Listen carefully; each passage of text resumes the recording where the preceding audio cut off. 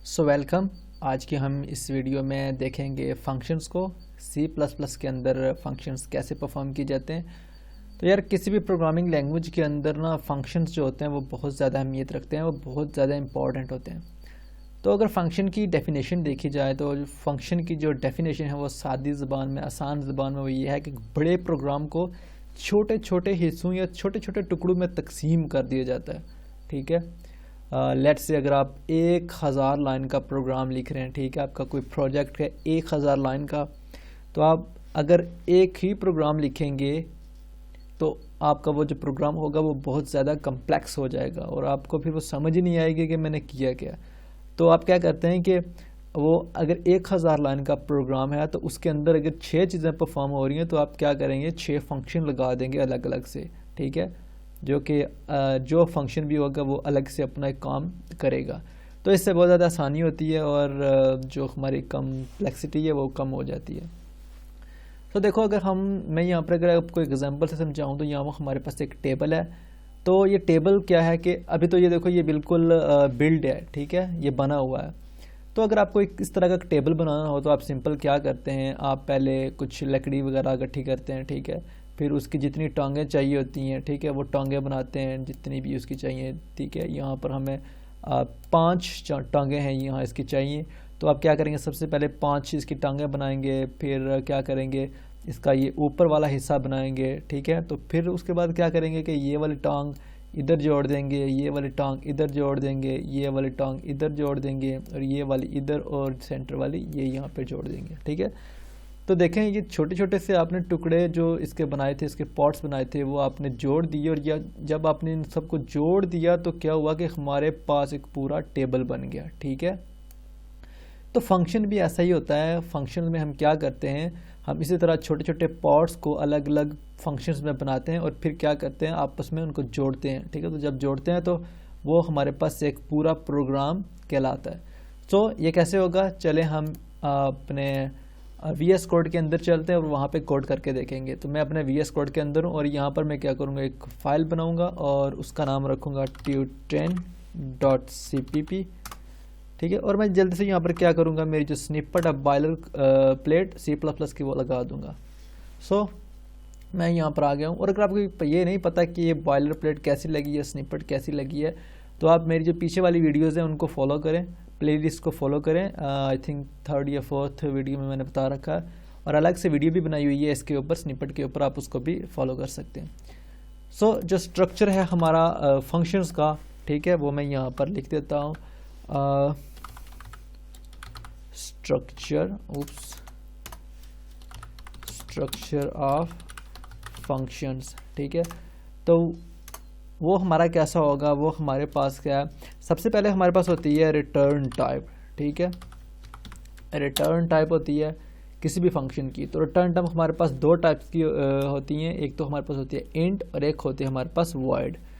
जो इंट होती है वो बेसिकली किसी भी चीज़ को रिटर्न करने के लिए यूज़ की जाती है। ठीक है, इंट हमारे पास डेटा टाइप है। अब वो अगर हमें कोई चीज़ वापस लेनी है, लेट से कोई कैलकुलेशन करके कोई रिज़ल्ट वापस लेना है, तो हम इंट का यूज़ करेंगे। और अगर हमें कुछ भी नहीं लेना फंक्शन से, हमें just as it is print करवाना है, तो हम वॉइड का यूज़ करेंगे। ठीक है, रिटर्न टाइप के बाद हमारे पास आएगा यहाँ पर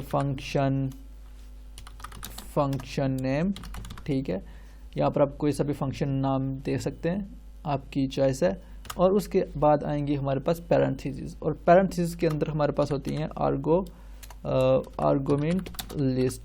ठीक है, आर्गुमेंट लिस्ट होती है, उसके मैं कमेंट आउट कर देता हूँ। ओके, और उसके बाद हमारे पास यहाँ पर स्टार्ट होता है कर्ली ब्रेसेस, और जितना भी हमारा जो कोड होता है, हमारी जो स्टेटमेंट्स होती हैं, ठीक है, वो यहाँ पर अंदर रहती हैं कर्ली ब्रेसेस की। तो मैं क्या करता हूँ, यहाँ पर मल्टी लेवल जो कमेंट है वो यहाँ पर अप्लाई कर देता हूँ।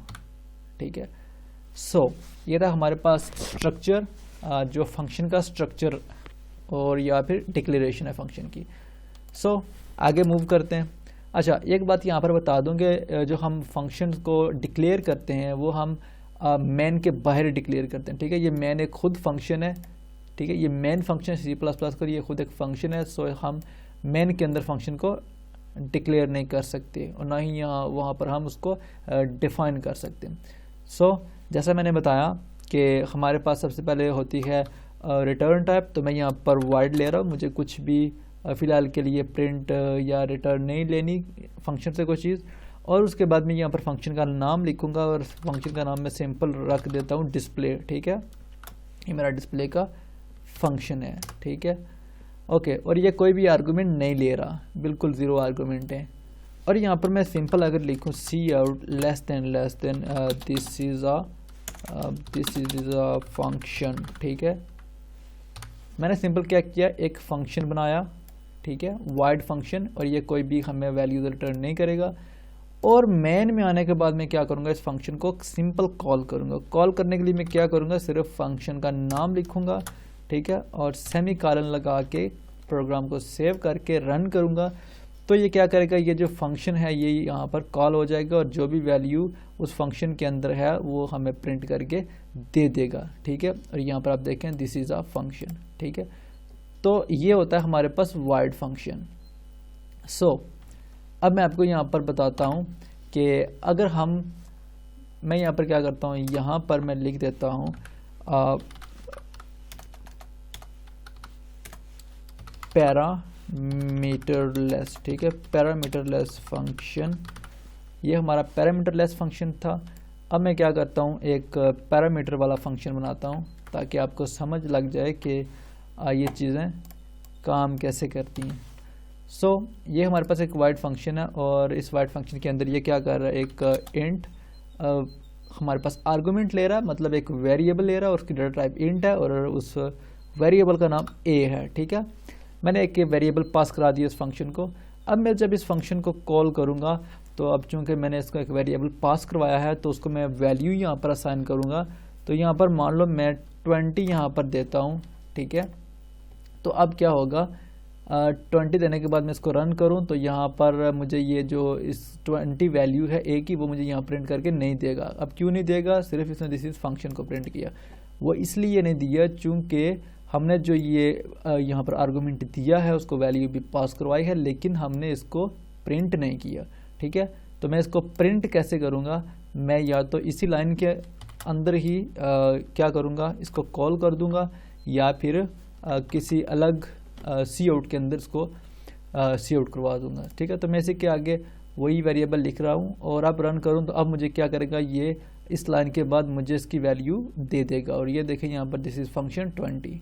ठीक है, तो यहाँ पर मैं क्या करता हूँ, वो था हमारा पैरामीटरलेस फंक्शन और ये है हमारा पैरामीटराइज्ड फंक्शन। ठीक है, तो यहाँ पर हम पैरामीटर्स ले रहे हैं और यहाँ पर मैं क्या करता हूँ, यहाँ पर मैं वाइड भी लिख देता हूँ क्योंकि ये हमारा वाइड फंक्शन यूज़ हो रहा है। ठीक है, तो यहाँ तक तो काम हो गया ख़त्म। अब हमारे पास जो बारी है वो है हमारी जो रिटर्न टाइप है डेटा की, उसको देखेंगे। ठीक है, तो हमारे पास जो नेक्स्ट है, मैं क्या करता हूँ, इसी को कॉपी करता हूँ और यहाँ मैं क्या करता हूँ इंट। ठीक है, और यहाँ पर मैं क्या करूँगा, अच्छा यहाँ पर ना मैं ये पैरामीटराइज फंक्शन का यूज़ करूँगा इंट के अंदर। ठीक है, तो मैं सिंपल क्या करूँगा, यहाँ पर फंक्शन का नाम चेंज कर रहा हूँ, मैं यहाँ पर एडिशन नाम रख रहा हूँ। ठीक है, तो ये मेरा जो फंक्शन है ये क्या करेगा, एडिशन का काम करेगा। सो यहाँ पर मैं दो आर्गुमेंट लूँगा, एक है हमारे पास इंट a कॉमा और एक है हमारे पास इंट b। ठीक है, तो दो वेरिएबल मैं यहाँ पर ले रहा हूँ और यहाँ पर मैं कुछ भी प्रिंट नहीं करूँगा, मैं सिंपल यहाँ पर क्या करूँगा, रिटर्न करूँगा। ठीक है, जैसा कि मैंने आपको बताया कि जो हमारा इंट फंक्शन होता है, उप्स मुझे यहाँ पर इंट करना चाहिए। ठीक है, इंट होता है जो हम इससे क्या करते हैं, रिटर्न लेते हैं वैल्यू। ठीक है, तो मैं यहाँ पर रिटर्न करूँगा और रिटर्न क्या करूँगा, a प्लस b। ठीक है, तो मैंने क्या किया, सिंपल a और b को यहाँ पर रिटर्न करा लिया। अच्छा, अब जब मैं यहाँ पर फंक्शन को कॉल करूँगा, ठीक है, तो मैं क्या करता हूँ, मैं इसी को कॉपी कर लेता हूँ और इसको मैं कमेंट कर देता हूँ और ये हमारा जो फंक्शन उसका नाम है एडिशन। ठीक है, एडिशन नाम है।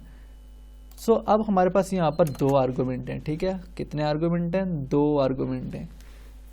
तो अगर मैं यहाँ पर मान लो 10, 10 पास करता हूँ, ठीक है। यहाँ पर मैं फंक्शन को कॉल कर रहा हूँ और 10, 10 दे रहा हूँ। लेकिन अगर अभी आप देखें तो ये फंक्शन यहाँ पर मुझे एरर दे रहा है। ये क्या कह रहा है? इंट पैरामीटराइज्ड फंक्शन, ठीक है। Identifier display is undefined.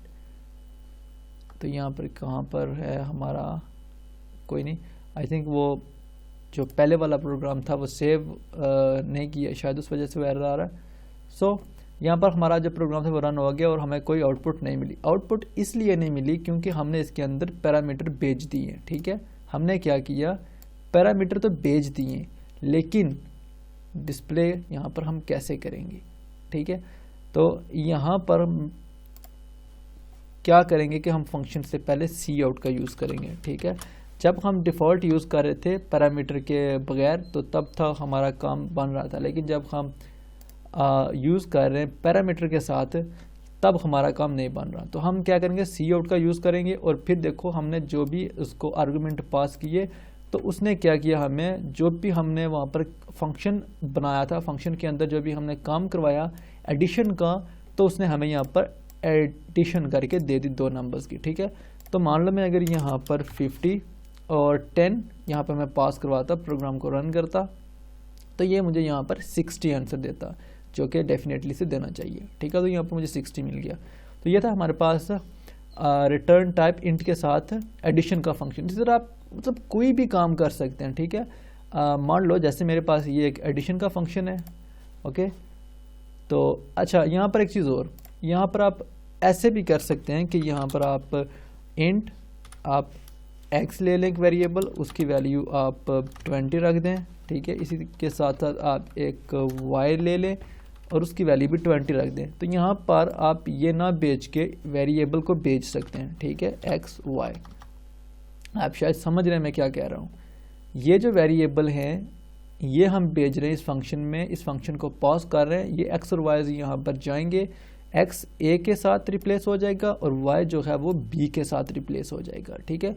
Replace होने के बाद यहाँ पर ये अपना काम करेंगे और उसके बाद डिस्प्ले हो जाएंगे। तो मैं यहाँ पर दोबारा रन करता हूँ प्रोग्राम को, तो अब मुझे जो आंसर है यहाँ पर 40 मिल रहा है। क्यों? क्योंकि यहाँ पर x और y की जो वैल्यू है वो 20 है। सो यहाँ तक हमारा काम ख़त्म। मैं क्या करता हूँ, इसी फंक्शन को कॉपी करता हूँ और नीचे यहाँ पर मान लो मैं मल्टीप्लाई का फंक्शन यूज़ बनाऊँगा, ठीक है। तो मैं mul मल्टीप्लाई, ठीक है। तो ये हमारा जो है ये मान लो 3 आर्गूमेंट ले रहा है, ठीक है, और एक इंट c भी ले रहा है, ओके। ये हमारा जो है वो एक इंट c भी ले रहा है, 3 आर्गूमेंट ले रहा है, ठीक है। और ये रिटर्न क्या करेगा? a multiply b multiply c, ये 3 नंबर्स को मल्टीप्लाई करेगा, ठीक है। तो मैं क्या करूँगा, यहाँ पर एंडल यूज़ करूँगा और क्या करूँगा, इसी लाइन को नीचे कॉपी करूँगा और इस एंडल को तो मैं हटा देता हूँ, मुझे ज़रूरत नहीं है। अच्छा, यहाँ पर मैं क्या करने वाला हूँ, यहाँ पर मैं मान लो अगर 3 वेरिएबल पास करवाऊँ, ठीक है। पहले तो मैं इस फंक्शन का नाम कॉपी करके यहाँ पर पेस्ट कर देता हूँ और यहाँ पर मुझे 3 वेरिएबल पास कराना है, ठीक है।